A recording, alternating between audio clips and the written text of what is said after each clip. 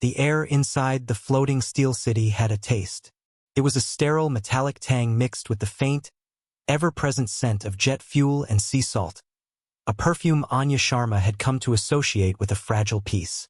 For 6 months, the aircraft carrier USS Indomitable had been her world, a labyrinth of gray corridors and controlled chaos where she could simply be Nurse Sharma, a civilian contractor. It was a name without a past, a title without a story. That was exactly how she wanted it. She was competent, she was efficient, and most importantly, she was anonymous. Her station in the ship's primary medical bay was a small island of order. Gauze was stacked with geometric precision, antiseptic wipes were aligned in perfect rows, and every instrument gleamed under the unforgiving fluorescent lights. Her movements were economical, devoid of any wasted motion, a ballet of professionalism that some found intimidating and others found unnervingly robotic. Anya was aware of the whispers that followed her like a shadow. They speculated about the fine, silvery network of scars that crisscrossed her forearms, scars she diligently concealed beneath the long sleeves of her uniform, even in the stuffy, recycled air of the ship. They murmured about the rigid set of her jaw and the profound, unshakable sorrow that seemed to live deep within her eyes. She never offered an explanation, and after a while, most of the crew learned to stop asking. They accepted her as a fixture, a quiet and reliable part of the ship's machinery. They came to her with their burns, their sprains, and their fevers, and she treated them all with the same detached, gentle care before sending them on their way. She sought no friends and attended no social functions in the mess hall. Her life was a carefully constructed fortress of routine, designed to keep the ghosts of a former existence at bay. That fortress began to crumble with the arrival of the VIPs. They were a group of civilian defense technology executives, brought aboard for a week-long demonstration of the carrier's capabilities. They moved through the ship with an air of entitled ownership, their expensive loafers and tailored suits a stark, jarring contrast to the crew's practical uniforms. Their leader was a man named Richard Sterling, a portly executive with a booming voice and a smile that never quite reached his cold, appraising eyes. He saw the carrier not as a symbol of national defense or a home to thousands of sailors, but as a backdrop for his own importance. From the first day, Sterling and his entourage treated the crew like hotel staff. They were loud in the passageways, demanding in the mess, and dismissive of the strict protocols that governed life at sea. And they soon found a target for their particular brand of casual cruelty in Anya. Sterling had noticed her during a tour of the medical bay, his eyes lingering on the brief moment her sleeve had ridden up to reveal the latticework of old wounds on her wrist. He had smirked, a cruel, knowing expression. "Look at that one," he had muttered to his companions, just loud enough for Anya and the junior corpsman nearby to hear. They must recruit them from a factory. A robot nurse for the sailor boys. The name stuck. To Sterling and his friends, she became the robot nurse. They would see her in the corridors and make whirring, mechanical noises. They would ask her if she ran on batteries when she passed their table in the officers' mess. Each jibe was a small paper cut against the thick scar tissue of her soul. She absorbed them with the same stoic silence she applied to everything. Her face remained a mask of professional neutrality. Her posture remained ramrod straight. Inside, however, a familiar, bitter acid churned in her stomach. It was the taste of injustice, a flavor she knew all too well. The complicity of others was what pained her most. The young sailors and officers would avert their gazes, their faces tight with discomfort but sealed by a fear of authority. These VIPs were important.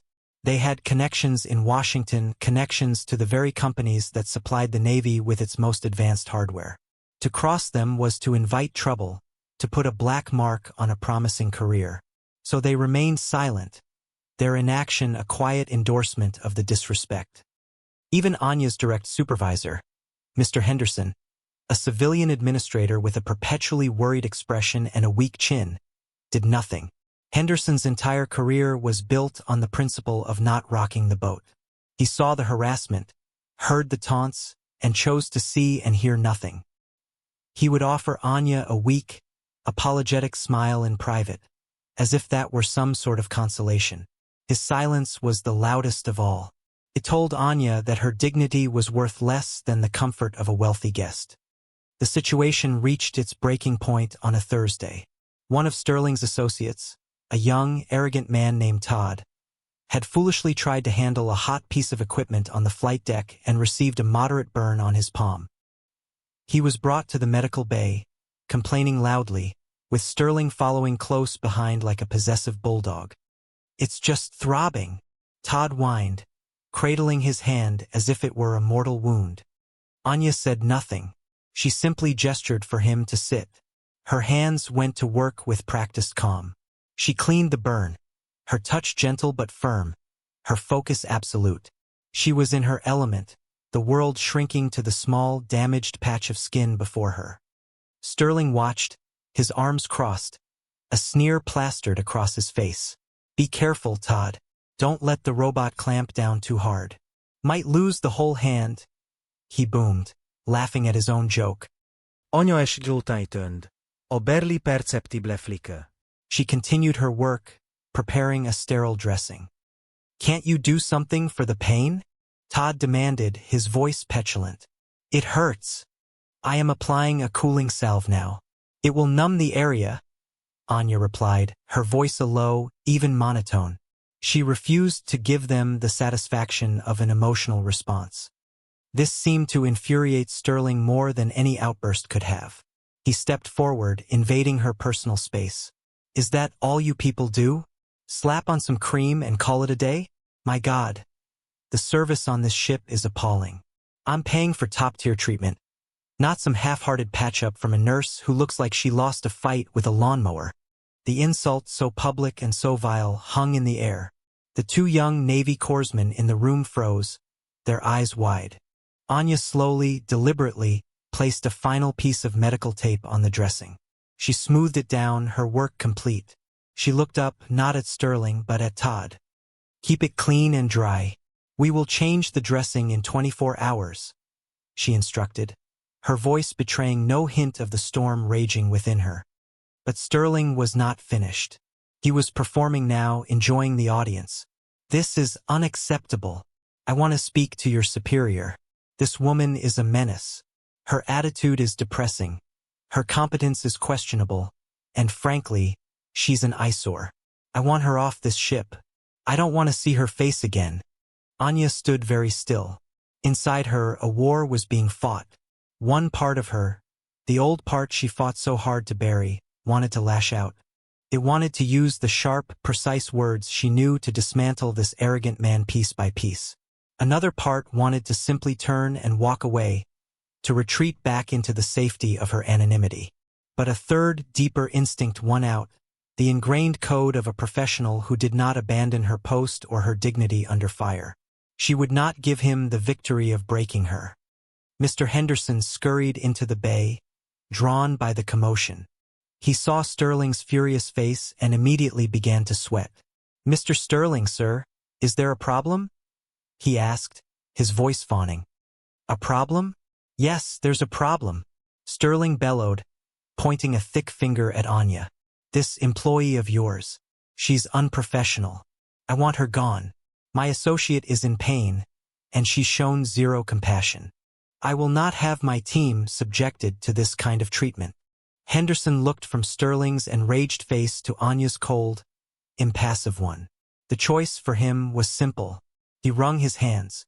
"Anya, perhaps you should take a break." "She'll take a permanent break," Sterling snarled, "off this carrier. Or I will be having a very long talk with the Admiral and a few people at the Pentagon when we get back to shore." The threat landed with the force of a physical blow. Henderson wilted completely. He turned to Anya, his eyes pleading.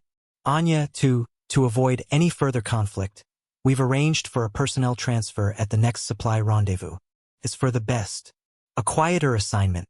It was a dismissal wrapped in the language of concern. A quiet, humiliating firing. Anya was being removed not for incompetence, but for being the target of a bully. She was being punished for a powerful man's whim.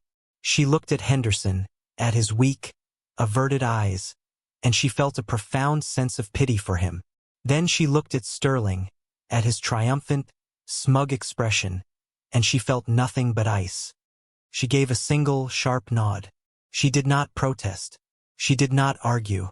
She simply turned, walked to her small, private quarters adjacent to the medical bay, and began to pack her few belongings into a single duffel bag. She was being removed from the carrier without a word of defense, without a gesture of support. Her carefully built fortress had been breached, and she was once again adrift. The next morning, the sea was a sheet of hammered gray steel under an overcast sky.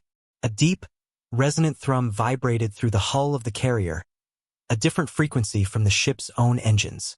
The USS Vigilance, a Los Angeles-class nuclear submarine, had surfaced for the rendezvous. It was a rare and impressive sight, the sleek, black whale of its hull rising from the depths, water cascading from its flanks. The submarine was there for a classified data transfer and to drop off a specialist. It was also Anya's ride to obscurity. Aboard the carrier, Commander David Thorne, the captain of the Vigilance, was being escorted to the officers' mess for a formal briefing with the carrier's captain. Thorne was a man carved from granite and discipline. His posture was impeccable, his eyes sharp and analytical, missing nothing. He moved with the quiet confidence of a man who commanded a billion-dollar weapon system and the lives of over 100 souls in the crushing dark of the ocean abyss. As he and his executive officer waited for the captain to arrive, they became unwilling audience members to a conversation at a nearby table. Richard Sterling was holding court, his voice loud and boastful. "And just like that, problem solved," Sterling bragged, sipping his coffee. "One call to the right person and the robot nurse is history. You have to know how to handle these things. A little pressure in the right places. They're transferring her off to some supply barge today. Good riddance." Commander Thorne's eyes, the color of a winter sea, narrowed slightly. He disliked bullies instinctively. He had seen their type in every corner of the world, and he had learned that their arrogance was always a mask for a deep-seated insecurity. He let his gaze drift across the mess hall, and it landed on a solitary figure in a corner of the adjoining medical bay. It was a woman in a civilian nurse's uniform, quietly and methodically packing a small bag. He saw the rigid set of her shoulders, the controlled precision of her movements. She was ignoring the chatter completely, absorbed in her task. He watched as she picked up a small, folded object from her bunk. It was a flag, a standard American flag, but worn and faded, as if it had been carried for a very long time. She folded it with a reverence that caught his attention, her hands moving in sharp, practiced angles. As she tucked it into her bag, her sleeve pulled back for just a second, and Thorne saw it. It was a tattoo, high on her wrist, mostly obscured. It was faded and clearly old, but the design was unmistakable to a man like him. It was the special warfare insignia, the golden trident of a Navy SEAL. But this one was different. Entwined around the eagle and anchor was a caduceus, the twin serpent staff of a medic. It was an exceptionally rare piece of ink, one he had only ever seen once before, marking the members of a highly specialized and secretive group of combat medics attached to Tier 1 units. A memory, sharp and violent, flashed through Thorne's mind. A dusty, sun-blasted village in the Helmand province. The deafening roar of an explosion. The taste of grit and blood. The chaos. He stood up, his coffee forgotten. He excused himself from his XO and walked purposefully across the deck, his path straight and true, directly toward the medical bay. He ignored the stares from Sterling's table. He ignored the anxious glance from Mr. Henderson, who was hovering nearby. He stopped a respectful distance from Anya. "Excuse me, ma'am," he began, his voice low but carrying an undeniable weight of authority. It cut through the low hum of the mess hall, causing conversations to falter. "Forgive my asking, that insignia on your wrist, were you, by any chance, attached to SEAL Team 3 in the Shahiko Valley, about 10 years ago?" Anya froze. Her hands, which had been zipping her bag, fell to her sides. She looked up slowly, and for the first time the mask of professional detachment shattered. Her eyes, which had held only a deep, weary sorrow, now showed a flicker of shock, of a past unearthed. The blood drained from her face. She stared at the commander, at his crisp uniform and the Command at Sea pin on his chest. She couldn't find her voice, so she simply gave a short, almost imperceptible nod. Commander Thorne's expression changed. The professional curiosity in his eyes was replaced by something else entirely. Dawning, absolute certainty. The pieces slammed into place. The scars, the discipline, the haunted look in her eyes, the tattoo. He remembered the frantic radio calls. He remembered the stories whispered in hushed, reverent tones after the mission, tales of a medic they called Anchor, a medic who had refused extraction 3 times to stay with a pinned-down fire team, a medic who was listed as killed in action for 72 hours before being found, barely alive, under the rubble of a collapsed compound, still shielding the body of a wounded Marine. His voice, when he spoke again, was thick with an emotion he rarely showed. It was raw and filled with a decade of unspoken gratitude. "I was a lieutenant," he said, his voice cracking slightly. "I was on that mission. My fire team was pinned down across the wadi. You pulled 2 of my men out of a collapsed structure after the first IED. We all thought you were gone when the second one went off. We never knew your name. We just called you Anchor." The room had gone completely silent. Sterling's jaw hung open. Henderson looked as if he was about to be physically ill. Every sailor, every officer, every civilian in the vicinity was frozen, staring at the quiet nurse and the submarine commander. Anya's composure finally broke. A single tear traced a path down her cheek, the first she had shed in years. The ghosts she had worked so hard to keep buried were now standing in the room with her, summoned by this man's words. Commander Thorne took a half-step back, as if struck. He seemed to realize, in that moment, the gravity of what he had just uncovered. This woman was not just a veteran. She was a legend, a ghost from a brutal past, hiding in plain sight. And these people, these ignorant, arrogant fools, had been mocking her, tormenting her. He turned slowly, deliberately, his entire demeanor shifting. The respectful officer was gone, replaced by the full, unbridled authority of a commander of a nuclear submarine. His gaze swept over the room and settled, with the force of a physical impact, on Richard Sterling. "You," Thorne said. His voice no longer loud, but a low, dangerous growl that promised retribution.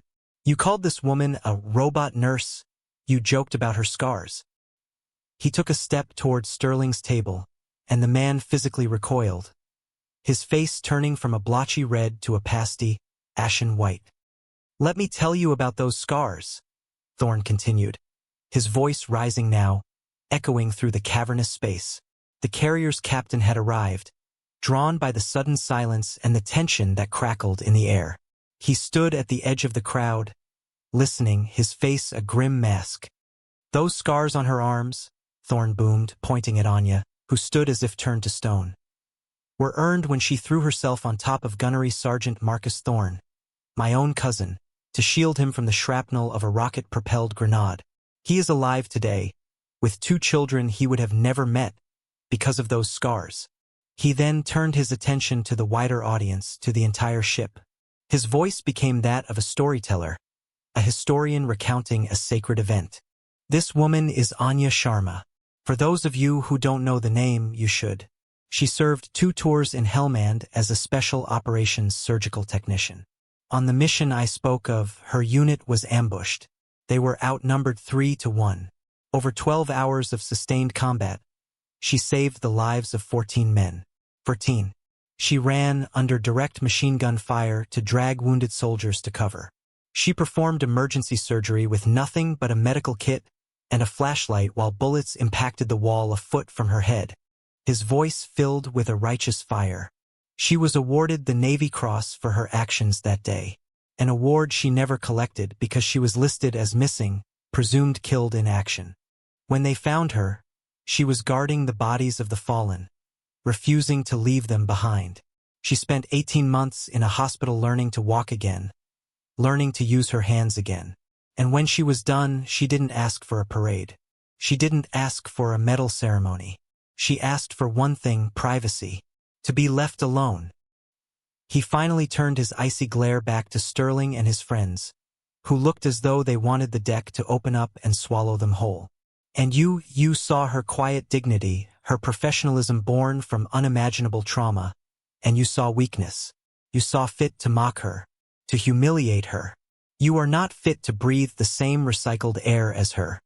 Sterling tried to speak, to stammer out an apology, but no words came out. His face was a mess of shame and terror. Mr. Henderson looked like he might faint. Overwhelmed, tears now streaming freely down her face, Anya finally found her voice.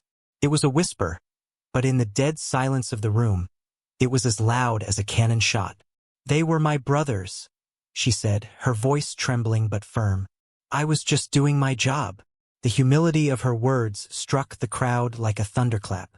The carrier's captain, a stern, gray-haired man named Masterson, stepped forward, his face carved with fury and deep, profound shame. He walked directly to Anya, bypassing everyone else, and stopped before her. "Ma'am," he said, his voice thick with emotion, "on behalf of the United States Navy, and on behalf of the crew of the USS Indomitable, I offer you our deepest, most sincere apology. What has happened here is a disgrace. It will be rectified." He then spun on his heel to face a trembling Mr. Henderson. "Henderson, you are relieved of your duties. Effective immediately. Pack your things. You will be on the same transport as these gentlemen. You are a coward, and you have no place in this command." Henderson's face crumpled. The captain then addressed Sterling. "Mr. Sterling, your VIP tour is terminated. You and your associates will be confined to your quarters under guard until you can be removed from my ship. Your company's access to this vessel and any other in this fleet is hereby revoked. I will personally see to it that the Secretary of the Navy hears of this." Then, the captain turned back to Anya, his expression softening. But before he could speak, Commander Thorne stepped forward again, holding a ship-wide communication handset. He looked at Captain Masterson, a silent question in his eyes. Masterson gave a firm, decisive nod of permission. Thorne keyed the microphone. His voice, now amplified, boomed across every corner of the massive carrier, from the engine rooms to the flight deck, from the bridge to the deepest storage holds. "This is Commander Thorne of the USS Vigilance. We will be delaying our dive. We will not submerge until we have had the distinct honor of rendering the proper respects to an American hero." He then switched to a private channel to his own submarine. "XO, this is the captain. I want all off-duty personnel on deck. Full dress uniform. We are about to break protocol." Minutes later, Anya was escorted to the flight deck by Captain Masterson himself. The wind was cold and sharp, whipping her hair across her face. As she stepped out into the gray light, she saw it. The USS Vigilance, the silent hunter, was no longer just a black shape in the water. It was fully surfaced, and its deck was lined with sailors in their dress blues, standing at rigid attention. It was an unprecedented gesture. A nuclear submarine, whose greatest weapon was its stealth, had made itself completely visible, breaking its most fundamental rule, all for her. As she stood there, overwhelmed and speechless, a sound rolled across the water. It was the submarine's horn, a single, deep, powerful blast that was not a warning, but a salute, a sound of profound respect from the deep. Then, as one, the entire crew of the submarine, led by Commander Thorne, raised their hands in a sharp, perfect salute. On the flight deck of the carrier, sailors and aviators had gathered, and they too turned to face her, their hands snapping to their brows in unison. For a decade, Anya Sharma had been hiding from the woman she once was. She had buried her past under layers of silence and anonymity. But standing there on the windswept flight deck, bathed in the respect of hundreds of sailors, she felt the weight of it all lift. The shame, the pain, the loneliness. It all receded, replaced by a warmth that spread through her chest. With tears still on her cheeks, she straightened her back, raised her chin, and with the crisp, ingrained precision of her former life, she returned the salute. She was not the robot nurse. She was not a victim. She was Anya Sharma, and she was home. 5 years later, the view from Anya Sharma's office was not of the open ocean, but of the manicured lawns of the Walter Reed National Military Medical Center. She was no longer a contract nurse hiding on a ship. She was Dr. Sharma, the founder and director of the Anchor program, a revolutionary new initiative funded directly by the Department of the Navy. Her program was the first of its kind, designed specifically to help combat medics and corpsmen transition from the brutal realities of the battlefield to the complex challenges of civilian life. She used her own experiences, her own pain, to build a bridge for others, ensuring they would never have to walk that path alone. Her scars were no longer hidden under long sleeves. She wore them openly, as a testament to survival, a map of her journey. The story of that day on the USS Indomitable had become a quiet legend in the fleet. Richard Sterling, after his company lost its multi-billion-dollar defense contract, had vanished from the public eye. He was last seen, not in a boardroom, but volunteering at a veterans' hospital in his hometown, a perpetually humbled expression on his face, quietly cleaning floors and talking to elderly veterans, a man seeking a different kind of atonement. The USS Indomitable now had a new feature in its main passageway. A wall of heroes. The first and most prominent photograph on that wall was a picture of a young, determined nurse with tired eyes, taken just a week before that fateful mission in the Shahiko Valley. Underneath it, a simple brass plaque read, Anya Anchor Sharma. She held the line. True heroism, Anya had learned, was rarely found in the thunder of cannons or the glory of a parade. It was found in the quiet moments of sacrifice, in the steadfast refusal to leave a comrade behind. It was etched into the scars of those who had borne the cost of conflict and carried their burdens in silence. A person's worth is never measured by the wounds they carry, but by the courage it took to earn them. And respect is not a privilege to be granted to the powerful, but a fundamental duty owed to all. For in the quiet heart of a stranger, there may reside the spirit of a giant. You just have to be willing to see it.